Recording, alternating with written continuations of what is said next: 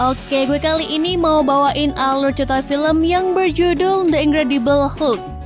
The Incredible Hulk adalah film superhero Amerika yang rilis pada tahun 2008 berdasarkan karakter komik Marvel dengan judul Hulk. Film ini diproduksi oleh Marvel Studio. Ini adalah film kedua di Marvel Cinematic Universe. Film ini disutradarai oleh Bapak Louis Leterrier, dari skenario oleh Zack Penn. Dalam film, Bruce Banner menjadi Hulk sebagai pion tanpa disadari dalam skema militer untuk menghidupkan kembali program prajurit super melalui radiasi gamma. Bruce Banner melarikan diri dari militer di saat mencoba menyembuhkan dirinya dari Hulk. Bagaimanakah kisah perjuangan Bruce Banner menghadapi hidupnya yang tak lagi normal? Apakah dia bisa menemukan obat yang bisa merubahnya menjadi seperti semula? Oke, daripada kebanyakan basa-basi, langsung aja kita masuk ke alur ceritanya. Let's go!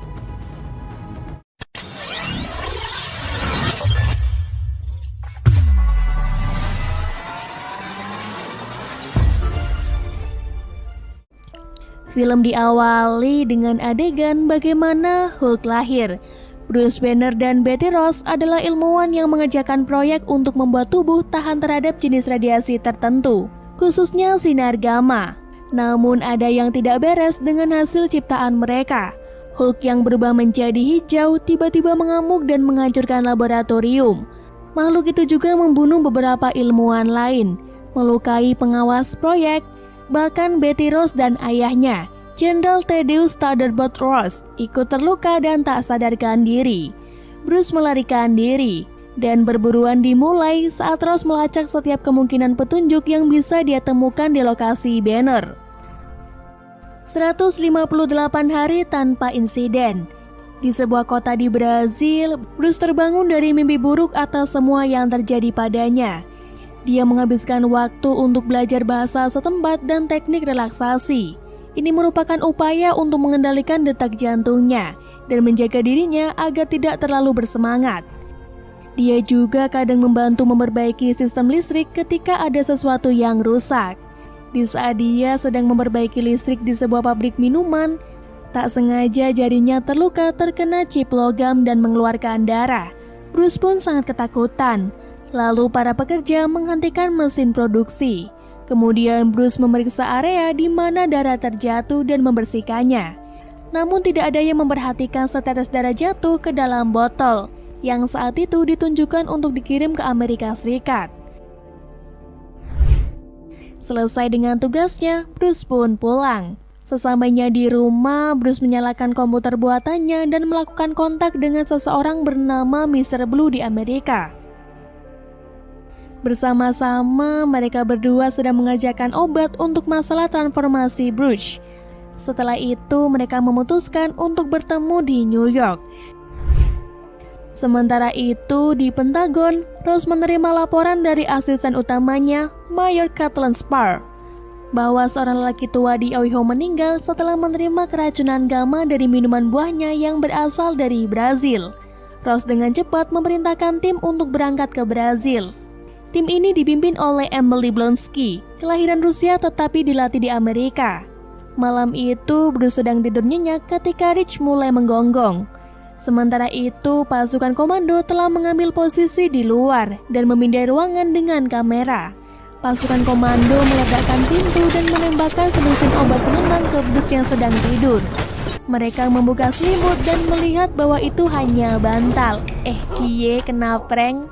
Di saat Bruce berlari untuk melarikan diri, dia menabrak beberapa orang yang ternyata adalah geng dari pabrik. Mereka pun bergabung dalam pengejaran.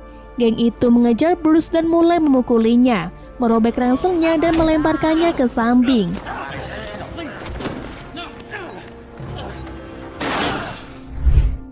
Saat dia memohon mereka untuk berhenti sebelum detak jantungnya menjadi terlalu tinggi, pemimpin geng tertawa dan bergerak untuk membunuhnya. Tetapi tiba-tiba mata Bruce berubah menjadi hijau dan melempar pemimpin geng 100 kaki melalui dinding.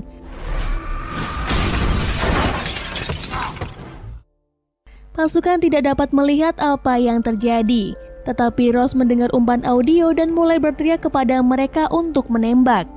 Pasukan melepaskan tembakan, tetapi peluru hanya memantul darinya seperti pistol mainan. Makhluk itu mulai mengaum dan mulai menyerang mereka saat Blonsky mencoba untuk unjuk diri. Dia mengambil tembakannya dan makhluk itu memperhatikannya. Sebuah bayangan lewat dan tiba-tiba Blonsky berhadapan dengan Hulk. Monster hijau mengambil tong lain dan membantingnya ke bawah. Setelah merasa dirinya menang, monster hijau pergi dengan cepat ke arah hutan. Beberapa jam kemudian, pasukan menggeledah kamar apartemen milik Bruce. Rose dan Spar memeriksa apartemen dan komputer banner ketika Blonsky masuk, menuntut penjelasan atas apa yang dilihatnya di luar sana. Rose hanya mengatakan bahwa dia melakukan pekerjaan dengan baik, dan dia harus memberitahu anak buahnya untuk berkemas, karena mereka akan meninggalkan kota. Satu hari tanpa insiden, Bruce terbangun di samping air terjun, tidak yakin di mana dia berada. Celananya menggantung dan robek. Dia mendengar sebuah truk dan menuju ke jalan, di mana pengemudi mengatakan kepadanya bahwa dia berada di Guatemala. Sopir membawa Bruce ke kota, di mana Bruce melanjutkan perjalanannya ke utara dan mengambil beberapa pakaian baru saat berada di Meksiko. Sementara itu, Blonsky akhirnya berhasil membuat Rose cukup lelah untuk menceritakan apa yang terjadi. Rose menjelaskan bahwa pada Perang Dunia II, ada banyak program khusus yang sedang dikerjakan untuk memberi Amerika keunggulan. Hampir semuanya di bawah program pengembangan senjata infanteri. Salah satunya adalah program peningkatan kekuatan bioteknologi yang lebih dikenal sebagai Super Soldier.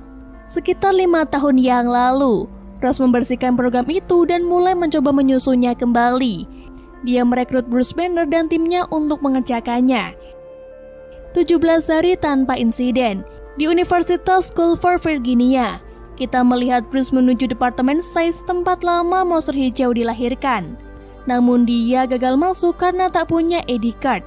Bruce pun mengurungkan dirinya dan pergi. Di luar ia melihat Betty yang sedang mengobrol ramah dengan temannya. Bruce pun tersipu di saat Betty tiba-tiba melihat ke arahnya sambil tersenyum. Namun ekspektasinya hancur di saat melihat kenyataannya bahwa Betty tersenyum pada kekasihnya, Leonard Samson. Yah, ambiar deh.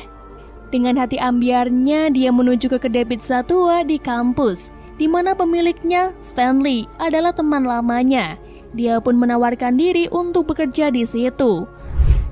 Keesokan harinya, Bruce berusaha mencari data dari komputer yang ia pinjam.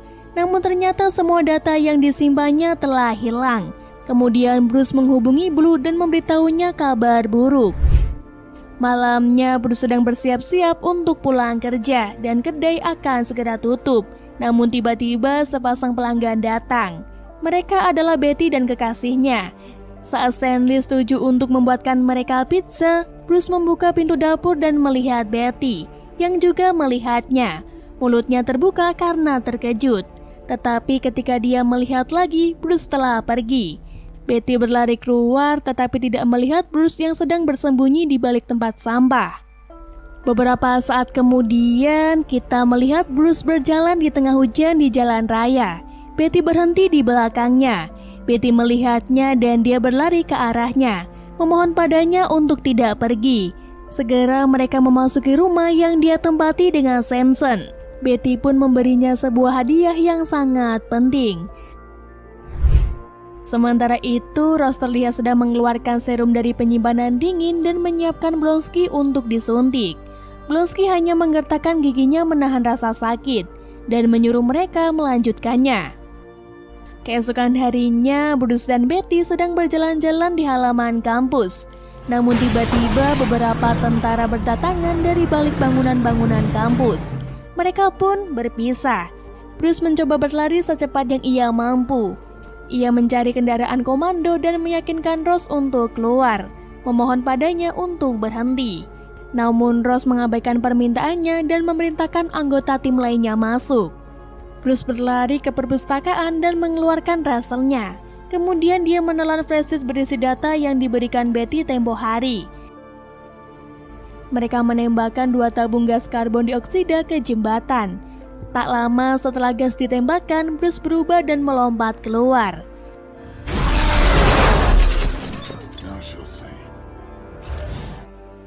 Dia mulai melawan para prajurit, melompati mereka dan menghancurkan kendaraan mereka. Blonsky bergerak masuk melompati monster hijau seperti nyamuk, membumbuinya dengan peluru dari peluncur granat. Dia membuat monster hijau mengikutinya ke jalur 2 ledakan sonik yang menyerang monster hijau dengan gelombang suara.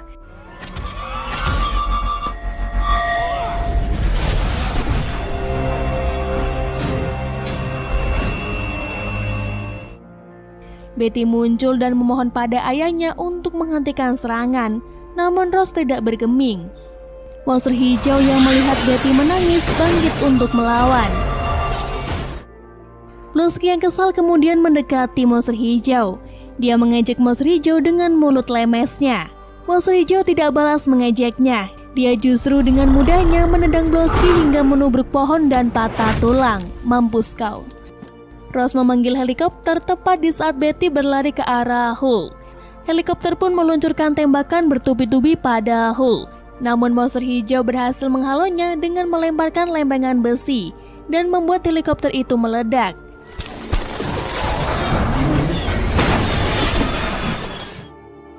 Kemudian dia menatap Rose dan menggeram karena marah. Dia pun pergi dengan membawa Betty. Suatu malam di bentengan Taman Nasional Pegunungan Grand Smoky, Carolina Utara, Betty terbangun di sebuah gua karena suara badai petir. Dia melihat Hulk menatapnya dengan rasa penasaran. Betty terkejut dan refleks berteriak. Tiba-tiba petir menyambar dan membuat Hulk marah.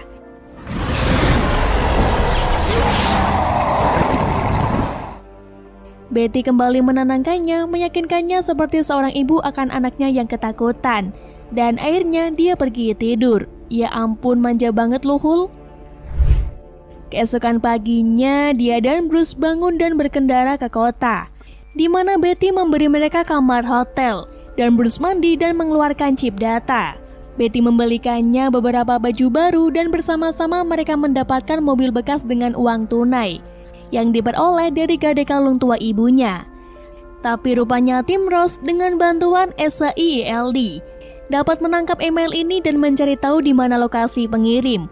Sementara itu, Rose sedang memeriksa Blonsky yang sebelumnya memiliki lebih banyak luka. Dia terkejut ketika Spar menunjukkan kepadanya Blonsky yang telah sembuh total. Keesokan harinya, Bruce dan Betty terjebak macet di jembatan Verrazano Towers karena ada pemeriksaan polisi. Mereka keluar menyelinap di belakang truk dan menuju ke dermaga dan melarikan diri. Singkat cerita, akhirnya pasangan itu sampai ke tempat tujuan dan bertemu dengan pemuda yang dikenal sebagai Samuel Strange, tim Black Nation. Karena senang bertemu mereka berdua, dia membawa mereka ke labnya, di mana dia memperingatkan bahwa jika mereka salah menghitung terlalu tinggi, dosisnya bisa membunuh Bruce. Pada gilirannya, Bruce memperingatkan bahwa jika dosisnya terlalu rendah, itu bisa berbahaya bagi Strange. Terlepas dari itu, mereka mulai membuat ulang eksperimen. Mereka berhasil menarik Hulk keluar dan menyuntikkan penawarnya saat Betty berjuang untuk mencegah Hulk menyerang. Penawarnya berlaku dan Hulk kembali menjadi Bruce. Bruce, can you hear me?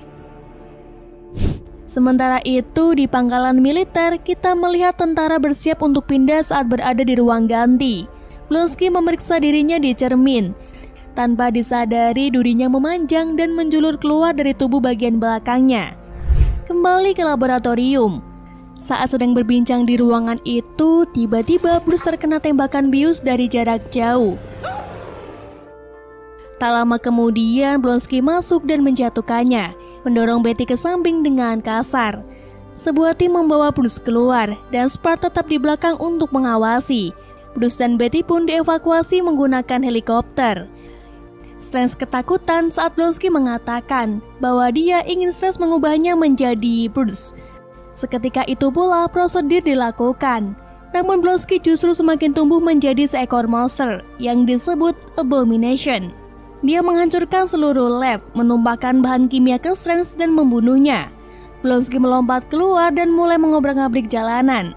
Dengan segera, salah satu tentara mengirim pesan kepada Rose bahwa Hulk lepas. Rose melirik Banner yang tampak sama terkejutnya dan mengatakan itu tidak mungkin. Kemudian mereka berhasil mendapatkan visual di layar dan mereka melihat monster menghancurkan kota. Bruce menyadari bahwa hanya satu hal yang dapat menghentikan itu, dan Rose setuju. Mereka bergerak dan membuka pintu belakang. Betty memohon Bruce untuk tidak melakukannya, dengan mengatakan bahwa mereka tidak tahu apakah dia akan berubah. Tapi dia bilang dia harus mencoba. Bruce pun terjatuh dari helikopter dan menghantam jalanan beraspal. Sebuah lubang besar, dan Hulk perlahan menarik dirinya dari lubang dan mengaum.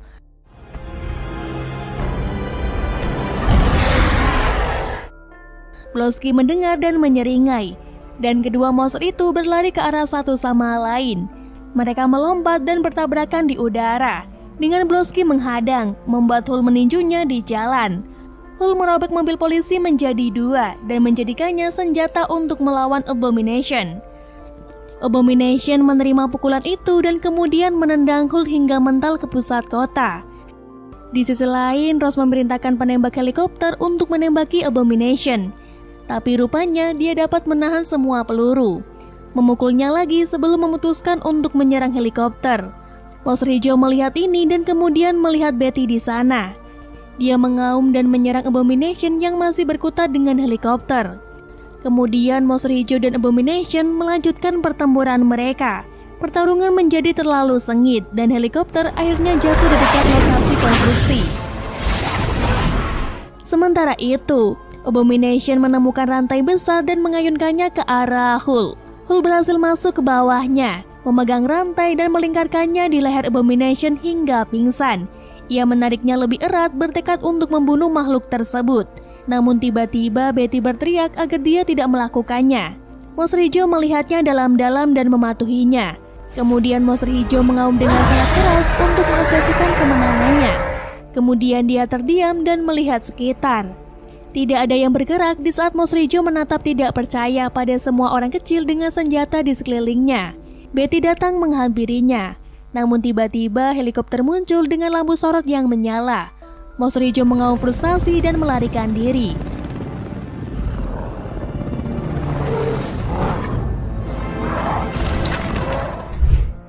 "31 hari tanpa insiden." Di Bella Coola, British Columbia, terlihat sebuah gubuk yang didirikan jauh di pegunungan. Di dalam kita melihat Bruce yang duduk dan bermeditasi. Dia menutup matanya, menarik napas dalam-dalam dan membukanya lagi. Di adegan penutup, Chandler Rose sedang duduk di bar dengan seragamnya. Bartender mengisi ulang minumannya saat pintu terbuka. Tony Stark masuk dan menyampaikan bela sungkawa karena gagal menangkap Banner serta kehilangan kendali atas Blonsky. Dia juga memperingatkan Rose agar tidak mengikuti program Super Soldier, karena program itu ditutup karena suatu alasan. Dan film pun selesai.